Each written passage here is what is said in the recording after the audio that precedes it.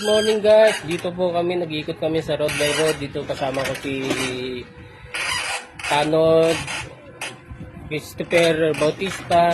Nag-iikot kami sa road 1. Dito na kami papuntang 3rd Street. Kasi may maingay daw dito sa road 5. Kaya umiikot na rin kami rito sa road by road. Guys,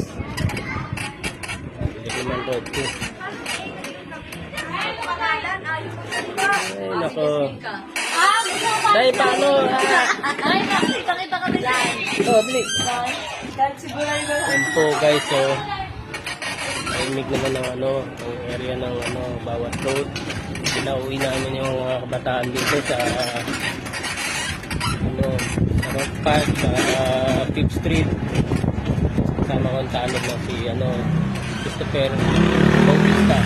So guys, maraming salamat po. Thank you for watching.